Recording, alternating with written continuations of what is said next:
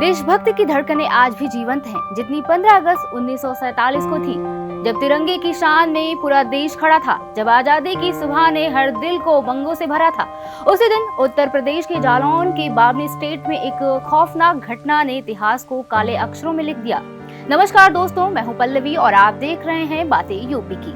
ये कहानी है उन वीरों की जिन्होंने स्वतंत्रता की इस पावन धारा में अपने खून की आहुति दे दी।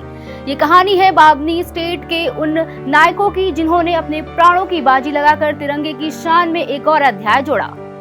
हुआ यूं कि बाबनी स्टेट उस समय हैदराबाद के निजाम के अधीन था, जहां स्वतंत्रता के बाद भी स्वतंत्रता सेनानियों की आवाज को दबाने का प्रयास किया गया। देश की आजादी के बाद 25 सितंबर 1947 को बाबनी के लोगों ने हरचंदपुर में तिरंगा यात्रा निकालने की योजना बनाई। यह समाचार निजाम तक पहुंच गया और उसने कोतवाल को तिरंगा यात्रा को रोकने का आदेश दिया।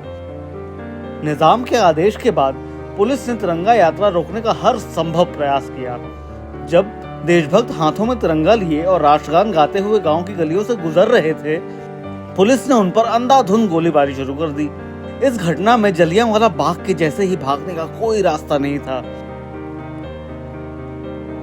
इस तरह इस गोलीबारी में कुल 11 लोगों की जानें चली गईं। 11 स्वतंत्रता संग्राम सेनानियों की शहादत और 26 लोगों के घायल होने की घटना ने न केवल स्थानीय बल्कि राष्ट्रीय स्तर पर भी एक बड़ी हलचल मचाई। लल्लू सिंह बागी, कालिया पाल सिजहरा और जगन्नाथ यादव उदनापुर जैसे वीर सेनानियों के बलिदान ने इस संघर्ष को अमर बना दिया। इस घटना के बाद बाबनी स्टेट में सियासी हलचल मच गई। 24 अप्रैल 1948 को विंध्य प्रदेश के मुख्यमंत्री लाला राम गौतम ने बाबनी स्टेट के नवाब को हटाकर विश्वनाथ व्यास को चार्ज सौंप दिया और 25 जनवरी 1950 को बाबनी स्टेट का पूरी तरह से भारत संघ में विलय हो गया। इससे नवाबों की सल्तनत का सूर्य अस्त हो गया और लोग स्वतंत्र भारत में चैन की सांस ले सके। ये घटना, जिसे स्वतंत्रता संग्राम के दूसरे जलियांवाला बाग कांड के रूप में याद किया जाता है, ये स्वतंत्रता आंदोलन की कठिनाइयों और संघर्षों को दर्शाती है। ये घटना जलियांवाला बाग कांड की तरह ही भारतीय स्वतंत्रता सेनानी की निस्वार्थ भावना की एक तस्वीर प्रस्तुत करती है। हरचंदपुर में शहीदों की याद में एक स्मारक भी बनवाया गया है, जो आने वाली पीढ़ियों को स्वतंत्रता के लिए बलिदान देने की प्रेरणा देता है।